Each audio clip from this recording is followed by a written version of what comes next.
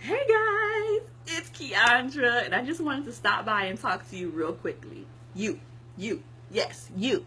I wanted to share something real briefly. Someone had messaged me the other day, and he was like, "Oh my God, you are like the hardest working therapist that I have ever met in my life." He was like, "Your drive, your ambition is like unmatched. You're killing the game right now." And I was like, "Thank you." But at the same time, I was like, I don't understand why people think that I'm like this anomaly and that, what I have, they can't have. And that's the furthest thing from the truth, because I've actually worked my butt off to get to where I'm at right now. There was no magic pill, there was no potion, there was no silver spoon handed to me. Like everything that I have, the businesses, the speaking engagement, the traveling, the Huffington Post, the books that I've written, there's all of these things that I have. It's because I worked my butt off to get them, right? And people don't realize it because they just see all the glitz and the glamour and they see all the cool things that I'm doing. But y'all don't see all the times where I did a whole bunch of free stuff, right? Or I did a whole bunch of videos that nobody watched. Or I launched a whole bunch of products that nobody ever bought. Or I've done a whole bunch of free stuff or a whole bunch of little small things that never got any play, right? Nobody knows about those countless times. All you guys see is the good stuff, right? And it took diligence. It took perseverance. Because what? I'm no different from you. I am a girl from Compton. Yes, Compton, California. And we know that Compton is not nobody's Malibu, that it is not no Beverly Hills. It has its difficulties. I've come from a single parent home. I went to a community college first. I didn't pass my licensure exam on the first try. I mean, like, I do not have like this amazing like life that people have. We're just like, oh my God, your life is perfect. I'm like, no, it's far from it. But I realized that all of those things really make me to be who I am. And because I have a strong desire to never be in a position where I have lack, I am driven. I'm driven because I want to change my family generational tree. I'm driven because of that. I'm driven because I don't want to be stuck financially. I'm driven. I'm driven because I want to help save lives and really expand the mental health field. I'm driven. I want to see couples come together. I'm driven. Do you see how driven I am? And now, because I'm in a position where I'm super driven, right? And I'm just like, go, go, go. Like, let's make it happen. I don't care. Like, let's do what we got to do. I see when people have those excuses, that hinder them, right? And I used to be one of those people like, oh, I can't do that because, I'm too young. I can't do that because I don't have any money, or I can't do that because, and I can't do that because. But I'm getting real good at calling people out now. It's just like, no, that's an excuse. You can do anything you put your mind to. You want to go back to school? Go back. Oh, but I got the kids and I got the husband. Okay, you still can do it. Do you know how many people that have gone to school with multiple children, husband, probably homeless, and killed the game? Not an excuse, right? Not an excuse. My business coach had put me up on game on this book called The Success Principles, and I think it's by Jack Canfield.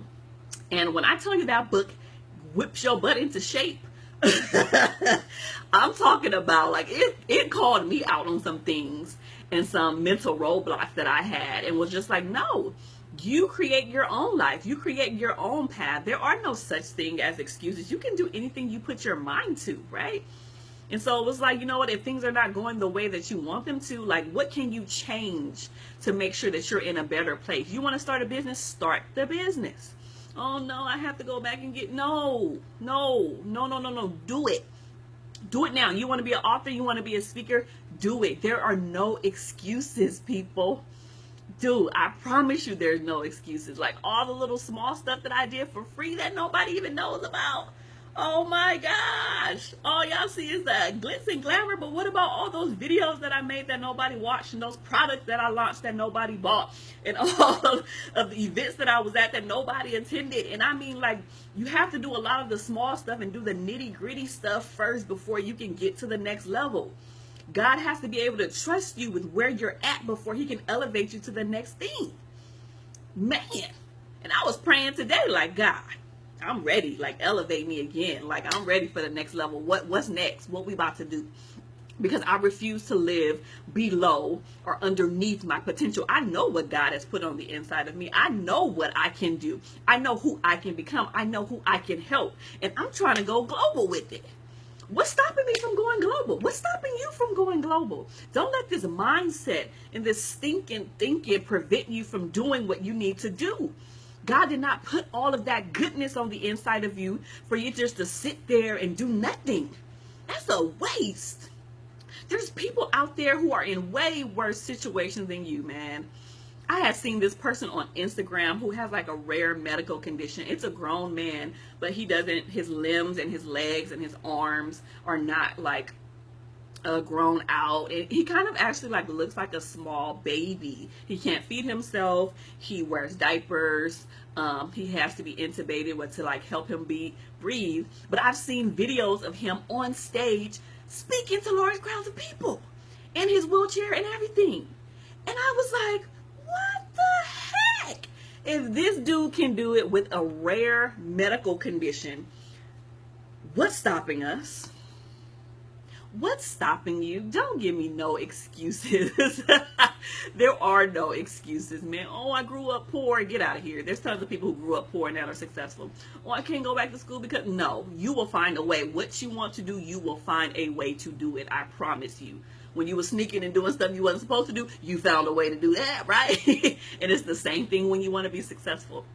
So I didn't mean to go on this rant, but I just wanted to help you guys to tap into your own potential. Stop living beneath who you're supposed to be. For real, man. Can you imagine if everybody was just living right in their full, true potential? Everything that God placed on the inside of them, that they're tapping into, that they're executing, that they're elevating, that they're doing what they're supposed to do. This world would be a freaking awesome place, dude.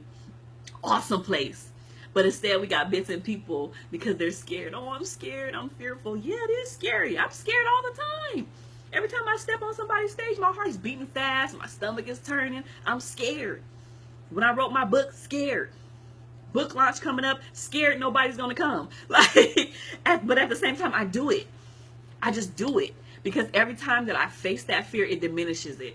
Every time. And then I'm more confident the next time. I'm like, I did that 20 times already. I'm good. I'm more confident. So I want you to have confidence. Be confident and know that you can do whatever you want to do. Businesses, speaking, author, having children, getting married, going back to school, whatever, traveling, whatever you want to do, you can do it.